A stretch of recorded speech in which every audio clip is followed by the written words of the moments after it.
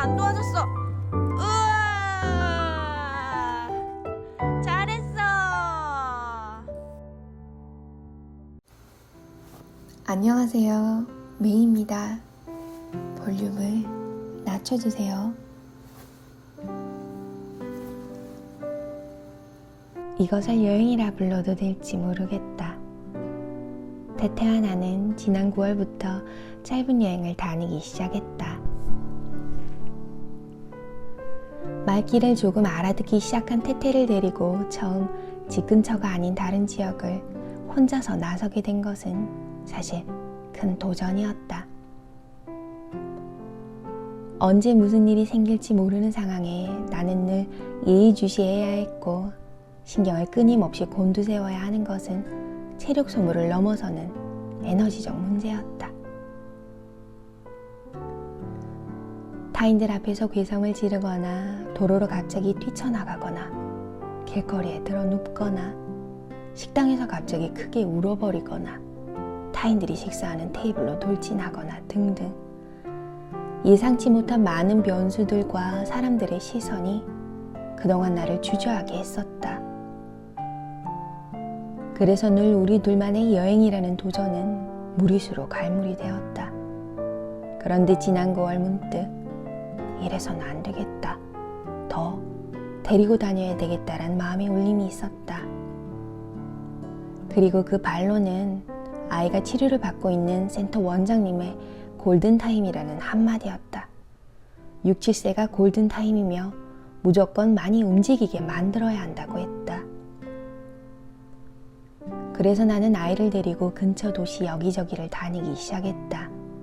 사람이 없는 한적한 곳에서부터 우리의 여행은 시작되었다. 우리는 사람들의 시선을 피해가며 조용한 유원지에 그늘진 나무 사이를 걷고 그 사이를 흐르는 냇물에 보석 같은 윤술도 보았다. 그리고 편의점에서 태태가 먹고 싶은 과자 한 봉지, 내가 먹고 싶은 과자 한 봉지도 사들고 나무 벤치에 앉아 흐르는 냇물을 보며 말없이 먹었다. 나만 말을 하지 않으면 조용한 일이고 사실 나도 말이 많은 편은 아니었다.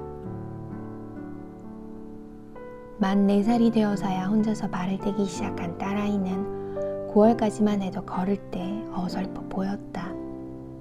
당연히 뛰는 것은 더 말할 필요도 없이 아슬아슬하고 무슨 일이 생길 것 같았다. 그래도 나는 너무 위험하지만 않다며 혼자서 하게 내버려 두었다. 약 3개월 나는 평일날도 산책을 하고 주말에는 주변 지역의 모든 키즈 카페를 다니게 되었다. 토요일에 키즈 카페를 가면 일요일은 긴 산책을 하거나 국립박물관이나 과학관 같은 곳을 가거나 했다. 이런 연휴는 아이가 한적한 자연보다는 키즈 카페를 더 좋아한다는 것을 알게 되었기 때문이다. 아이는 늘 울고 들어가서 울고 나왔다. 들어가기 싫어서 울다가 나오기 싫어서 울었다. 어떤 날은 2타임을 놀기도 했다. 역시 이런 날은 다음날의 체력까지 끌어와서 놀아주어야 했다. 몸을 잘 못 쓰기 때문에 늘 내가 따라붙었다. 끌어주고 올려주고 끊임없이 그네도 밀어주어야 했다.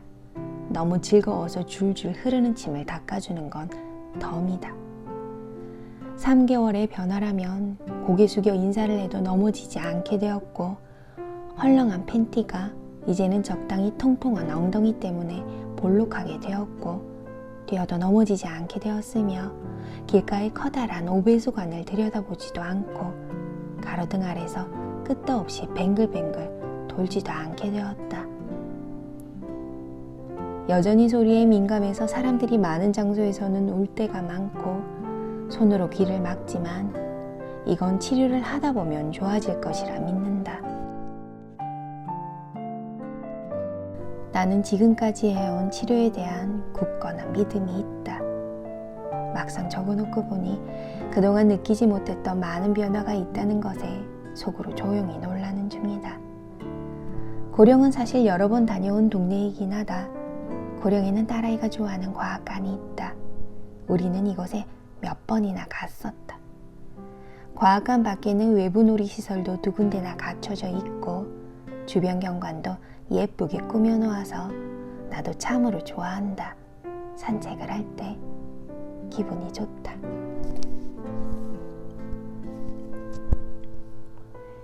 아이는 과학관 안에서 배도 타고 모래놀이도 하고 거울도 보고 여기저기에 많은 관심을 보이게 되었다. 배를 10번 넘게 탄 날도 있었다.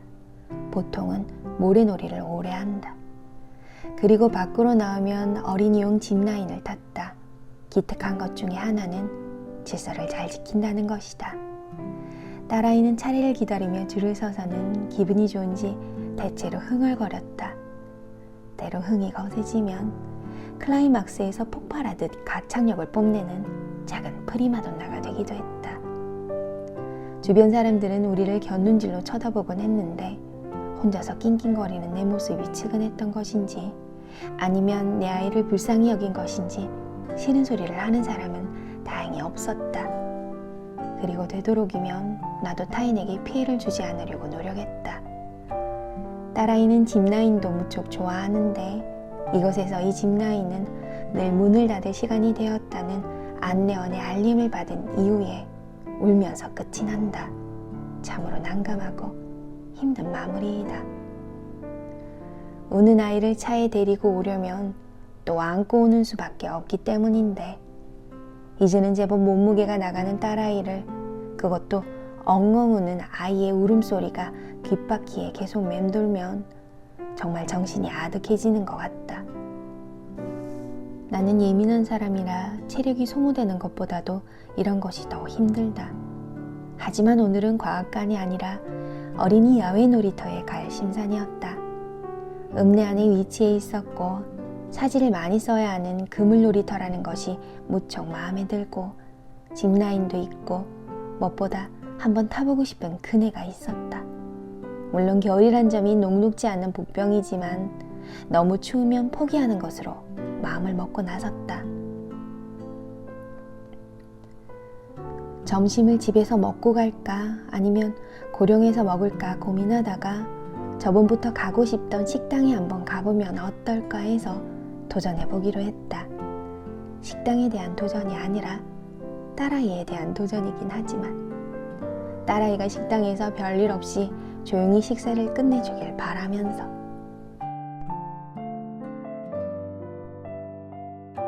그곳은 일식당이었는데 스페인 사장님이 운영한다는 독특한 이력이 있다고 블로그에서 봤었다. 스페인 사람이 한국에서 일식을 한다는 이야기는 좀처럼 흔한 이야기는 아니니까 사뭇 궁금했다. 나는 일부러 점심시간이 살짝 지났지만 브레이크 타임 전에는 충분히 먹고 나올 시간을 선택해서 갔기 때문에 식당은 한적했다. 내부는 나무와 도자기 타일의 조화가 딱 일본 같았다. 소박하지만 깔끔하고 잔잔한 어여쁨이 있는 그런. 식당에는 딱 한 팀이 식사를 하고 있었다. 먼저 온 손님들이 주방장을 궁금해했는데 카운터에 계신 분이 언니가 주방을 맡고 있고 자신은 동생이라고 했다. 손님이 자매냐고 물었을 때 그렇다고 하는 것을 보면 아무래도 스페인 사장님이 식당을 팔았나 보다 싶은 게 왠지 모르게 살짝 예쁜 돌담의 끝이 허물어지는 느낌을 받았다. 스페인 사람이 한국에서 일본 요리를 한다는 신기한 삼박자가 깨졌으니 말이다. 나는 밥을 먹고 싶었지만 딸아이가 국수가 먹고 싶다고 해서 우리는 동그랗게 명란이 한 스푼 얹어진 우동면에 크림 파스타와 치킨튀김 그리고 키위 레모네이드를 시켰다. 딸아이와 둘이 왔지만 2명의 단가를 맞춰야 한다는 내면의 목소리에 나는 치킨과 에이드도 시켰던 것이다. 왠지 달랑 국수만 시키면 민 빼일 것 같아서 말이다. 명란 크림 우동은 단맛이 없고 일반 파스타보다는 더 국물의 양이 많고 묽었다. 처음에는 이게 무슨 맛이지? 했는데 계속 먹다 보니 고소한 떡국 같다는 생각이 들었다. 명란과 송송 썰린 쪽파와 김가루가 한식 느낌을 주었고 통통한 우동면은 살짝 부른 떡국떡 같고 크림은 적당히 고아진 육수처럼 고소했다. 딸아이도 좋아하고 나도 맛있었지만 다음에는 나는 꼭 밥을 먹을 것이다. 나이가 드니 이런 면은 별로가 된다. 치킨튀김은 간장 양념이 되어 있었고 소스가 없이도 간이 맞았다. 단맛보다는 짠맛에 좀 더 가까웠고 적당히 튀겨서 색도 예뻤다. 별로라면 양배추채와 함께 나온 소스가 그랬다. 차라리 유자간장 소스가 더 낫지 않을까 한다. 조금 달달한 걸로. 그리고 나는 에이드를 시켜 먹은 적이 사실 많이 없긴 했지만 에이드가 무척 맛있어서 딸아이보다 내가 더 맛있게 먹었다. 내 입맛에는 조금 달긴 했지만 쌉쌀한 탄산수 때문에 살짝 단맛이 죽기도 했고 무엇보다 키위 씨가 씹히는 게 뭐랄까 먹는 맛이 있다고 할까 음료에서 식감을 느껴보는 것이 재밌었다. 중간에 딸아이가 에이드를 트레이에 쏟아서 나는 당황했었는데 녹화본을 보면서 딸아이가 많이 자랐다는 걸 알 수 있었다. 이유 없이 보챘던 것이 아니라 흘린 에이드를 닦고 싶어 했다는 것과 내가 보지 못했지만 손가락으로 그것을 표시했다는 것 같은 것 말이다. 아이가 한 행동이 스스로의 실수를 수정하려 했었던 것은 내 아이에게 희망이 있다는 큰 증거라 나는 지금 정말 기쁘다. 요즘 청력이 좋아진 딸애가 테이블에 주스를 건네주는 기쁨도 누려볼 수 있었다. 큰 이벤트 없이 우리는 식사를 맛있게 기분 좋게 했다. 딸과의 평범한 즐거움이란 이런 것일까? 드디어 오늘 고령에 온 소기의 목적을 이루기 위해 우리는 놀이터로 갔다. 아니나 다를까 비가 온 뒤라 여기저기 물기가 좀 남아있고 무엇보다 추웠다. 딸아이가 너무 추울까봐 내 목도리를 풀어서 둘러줬더니 갑자기 목 주변에 배고픈 모기처럼 득달같이 추위가 달려들었다. 딸애가 안 추워서 다행이다. 나는 열심히 짚라인을 끌고 출발점으로 갔다. 짚라인을 타고 즐거워하는 딸아이 모습이 무척 좋았다. 이것저것 놀이시설도 둘러보고 그물 사다리도 했다. 이 놀이가 딸아이에게 좋다는 센터 원장님의 얘기를 듣고 집에 줄사다리도 설치했었지만 제 용도를 잃어버린 채 언제나 줄사다리는 그네가 되어버렸다. 그런데 시키지도 않았는데 스스로 한다고? 나는 대회에 나간 선수를 독려하는 코치처럼 소리를 질러댔다. 기쁜 마음으로. 그리고 우리는 둘이서 누울 수 있을 만큼 커다란 그네도 탔다. 딸애는 좋은지 자꾸만 타자고 해서 우리는 한참이나 그네에 누워 흔들흔들 부표처럼 바람이를 떠돌았다.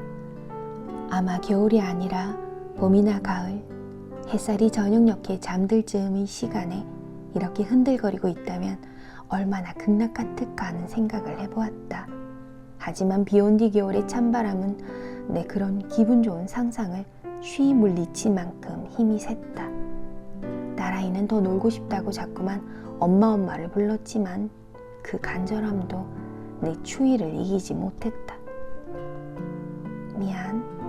다음번에는 따뜻하게 중무장하고 와서 놀자, 딸. 끝.